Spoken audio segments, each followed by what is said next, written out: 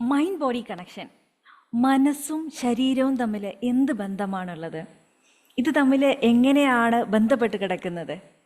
നമ്മുടെ മാനസിക ആരോഗ്യവും ശാരീരിക ആരോഗ്യവും ആഴത്തിൽ പരസ്പരം ബന്ധപ്പെട്ട് കിടക്കുകയാണ്. നമ്മൾ ചിന്തിക്കുന്നതും നമ്മൾ അനുഭവിക്കുന്നതും നമ്മുടെ ശരീരത്തിൽ വലിയ സ്വാധീനം ചെലുത്തുന്നുണ്ട്. നമ്മളുടെ മാനസികമായിട്ട് നമ്മൾ എന്ത് ചിന്തിക്കുന്നോ, എന്ത് പ്രവർത്തിക്കുന്നോ, എന്തൊക്കെ നമ്മൾ അനുഭവിക്കുന്നോ, അത് നമ്മളുടെ ശരീരത്തിൽ പല രീതിയിൽ പ്രകടമാകുന്നുണ്ട്. അതായത് ഇപ്പോൾ നമ്മൾ ഉദാഹരണം പറയുകയാണെങ്കിൽ നമ്മൾ സ്ട്രെസ്സിൽ നിന്ന് ആരംഭിക്കാം. ഓക്കെ, നമ്മൾ സ്ട്രെസ്സിലായിരിക്കുന്ന സമയത്ത് നമ്മുടെ ശരീരം ഫൈറ്റ് അല്ലെങ്കിൽ ഫ്ലൈറ്റ് മോഡിലേക്ക് പോകുന്നു. അതായത് this is A survival mechanism. അതായത് നമ്മളുടെ ആ ഒരു സിറ്റുവേഷൻ, ആ ഒരു അപകടത്തെ നേരിടാൻ വേണ്ടിയിട്ട് ഒരു അതിജീവന മാർഗം നമ്മളുടെ ശരീരം സ്വയം പ്രൊഡ്യൂസ് ചെയ്യുന്ന ഒരു സർവൈവൽ മെക്കാനിസമാണ്. അപ്പം അതിന് സ്വയം രക്ഷപ്പെടാൻ വേണ്ടി, ജീവൻ നിലനിർത്താൻ വേണ്ടി അതുണ്ടാക്കിയെടുക്കുന്ന ഒരു സംവിധാനമാണ്. അപ്പോൾ ഈ സമയത്ത് ഇപ്പം നമുക്കറിയാം, ഇന്നത്തെ കാലത്ത് നമ്മൾ ഓരോരുത്തരുടെയും അവസ്ഥയെന്ന് പറയുന്നത് ഭയങ്കര ടൈറ്റ് ഷെഡ്യൂളിലാണ് എല്ലാവരും പോകുന്നത്. നമ്മൾ ഒരുപാട് ബിസി, ഒരുപാട് കാര്യങ്ങൾ ചെയ്യാനുണ്ട്. അപ്പോൾ ഇങ്ങനെയുള്ള സമയത്ത് ഉറപ്പായും നമുക്ക് ടെൻഷൻ ഉണ്ടാവുന്ന അല്ലെങ്കിൽ സ്ട്രെസ് ഉണ്ടാവുന്ന കാര്യങ്ങൾ നമ്മളുടെ ജീവിതത്തിൽ സംഭവിക്കുന്നുണ്ട്. അപ്പോൾ നമ്മൾ ഈ ടെൻഷനിലായിരിക്കുന്ന സമയത്ത് നമ്മളുടെ ഇമ്മ്യൂണിറ്റി പവർ, അതായത് രോഗപ്രതിരോധ ശേഷി, രോഗത്തെ ചെറുക്കാനുള്ള നമ്മളുടെ ശരീരത്തിൻ്റെ കഴിവ്, അത് ദുർബലമാകും.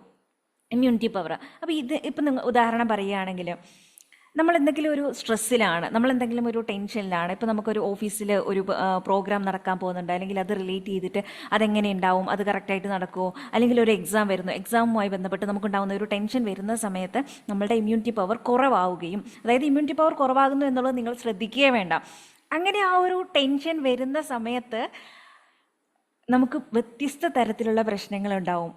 ഉദാഹരണം, ഹൃദയമിടിപ്പ്, ഹാർട്ട് ബീറ്റ് കൂടും, നമ്മളുടെ കൈ വിറയ്ക്കും, കൈയൊക്കെ വിയർക്കും, അല്ലെങ്കിൽ തലവേദന, ഇത്തരത്തിലുള്ള പലതരത്തിലുള്ള പ്രശ്നങ്ങൾ നമുക്കുണ്ടാവുന്നുണ്ട്. അതായത് കോർട്ടിസോൾ പോലെയുള്ള സ്ട്രെസ് ഹോർമോണുകൾക്ക് രോഗപ്രതിരോധ സംവിധാനത്തെ അടിച്ചമർത്താൻ കഴിയും. അപ്പം ഇത് കോർട്ടിസോൾ, നമ്മൾ സ്ട്രെസ്സാകുന്നു, ഇപ്പം നമുക്ക് ജോലിയിലൊരു സ്ട്രെസ് ഉണ്ട്, അല്ലെങ്കിൽ ഓഫീസിലൊരു സ്ട്രെസ് ഉണ്ട്, വീട്ടിലൊരു സ്ട്രെസ് ഉണ്ട്.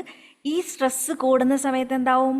കോർട്ടിസോൾ പോലുള്ള സ്ട്രെസ് ഹോർമോണുകൾ പ്രൊഡ്യൂസ് ചെയ്യും. ഈ പ്രൊഡ്യൂസ് ചെയ്യുന്നതിനനുസരിച്ച് എന്ത് സംഭവിക്കും?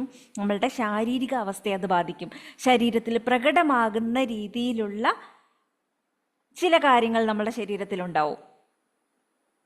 ഞാൻ പറയുന്നത് ക്ലിയർ ആവുന്നുണ്ടോ? ഓക്കെ അല്ലേ? ഓക്കെ. അപ്പോൾ നമുക്ക് മനസ്സിലാവുന്നത് ഇങ്ങനെ, ഇപ്പം കോർട്ടിസോള് അല്ലെങ്കിൽ അഡ്രിനാലിൻ തുടങ്ങിയ ഹോർമോണുകളുടെ പ്രവർത്തനം എന്ന് പറയുന്നത് നമുക്ക് തലവേദന ഉണ്ടാക്കുന്നു, ഹൃദയമിടിപ്പ് കൂട്ടുന്നു, വിയർപ്പ് കൂടുതലായിട്ട് അനുഭവപ്പെടുന്നു. ഇതുപോലുള്ള കാര്യങ്ങൾ നമ്മുടെ ശരീരത്തിൽ സംഭവിക്കുന്നു. ഇപ്പോൾ ഓക്കെ, നമ്മൾ ഉത്കണ്ഠ, ആങ്സൈറ്റി ഡിസോർഡർ, ആങ്സൈറ്റിയെ പറ്റി പറയുകയാണെന്നുണ്ടെങ്കിൽ, ഈ ആങ്സൈറ്റി ഉണ്ടാകുന്ന സമയത്ത് നമുക്ക് എന്താ സംഭവിക്കുന്നത്? അല്ലെങ്കിൽ ഒരു ഭയം ഉണ്ടാകുന്ന സമയത്ത് നമ്മളുടെ ശരീരവും അതിനനുസരിച്ച് പ്രതികരിക്കും. നമുക്ക് പേശി, മസിൽസൊക്കെ ടൈറ്റായിട്ട് തോന്നുക, അല്ലെങ്കിൽ തലകറക്കം, അല്ലെങ്കിൽ ഉറങ്ങാൻ ബുദ്ധിമുട്ട്.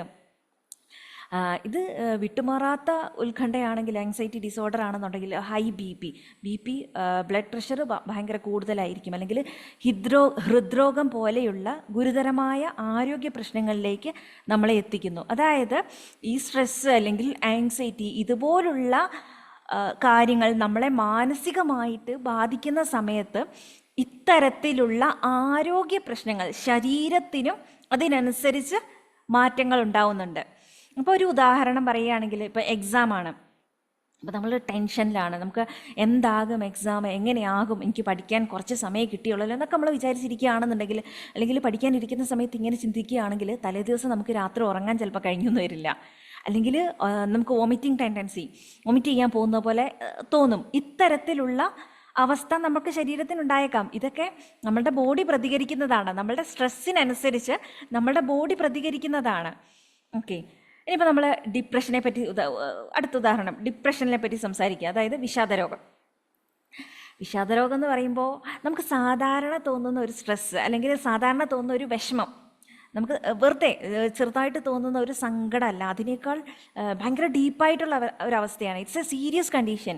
നമുക്ക് നമ്മളുടെ ചിന്തകളിലും നമ്മുടെ ഓരോ ഇമോഷൻസിനും, നമ്മൾ ഡെയിലി ഓരോ കാര്യങ്ങൾ ചെയ്യുന്നതിനെ പോലും മോശമായി ബാധിച്ചേക്കുന്നത്. അതായത് കറക്റ്റായിട്ട് കാര്യങ്ങൾ നടക്കാൻ പറ്റാത്ത ഒരവസ്ഥയിലേക്ക് നമ്മളെ എത്തിച്ചേക്കാവുന്ന ഒരു അസുഖമാണ് ഡിപ്രഷൻ എന്ന് പറയുന്നത്, വിഷാദരോഗം. ഈ വിഷാദരോഗമുള്ള ആളുകൾക്ക് പലപ്പോഴും വിട്ടുമാറാത്ത തലവേദന ഉണ്ടാവും. ഇത് ഉള്ള ആളുകൾക്ക് അല്ലെങ്കിൽ നടുവേദന അല്ലെങ്കിൽ സന്ധിവേദന, പല ബോഡി പാർട്സിലുള്ള പെയിൻസ്, ഇതുപോലുള്ള ശാരീരിക ലക്ഷണങ്ങൾ ഡിപ്രഷനുള്ള ആളുകളുടെ ബോഡി പ്രൊഡ്യൂസ് ചെയ്യുന്നുണ്ട്, ബോഡിയിൽ അത് അനുഭവപ്പെടുന്നുണ്ട്. ഇതിവർക്ക് തലയിൽ മാത്രമല്ല, അതായത് ഈ നമ്മുടെ ബ്രെയിന് ഇതുപോലുള്ള സിഗ്നലുകൾ ഉൽപ്പാദിപ്പിക്കുകയും ഇതുപോലുള്ള ഹോർമോണുകൾ പ്രൊഡ്യൂസ് ചെയ്യുകയും ചെയ്യുന്നതിനനുസരിച്ച് നമ്മളുടെ ശരീരം പലതരത്തിലുള്ള വേദന, തലവേദന, നടുവേദന, സന്ധിവേദന, വിട്ടുമാറാത്ത തലവേദന, അല്ലെങ്കിൽ വിശപ്പ് കൂടുതൽ, ചില ആളുകൾക്ക് വിശപ്പ് കുറവ്, അതുപോലെ തന്നെ ഫുൾ ടൈം ക്ഷീണം, ഇത്തരത്തിലുള്ള അവസ്ഥയിലേക്ക് നമ്മളുടെ ബോഡി പ്രതികരിക്കുന്ന അവസ്ഥയുണ്ടാവും.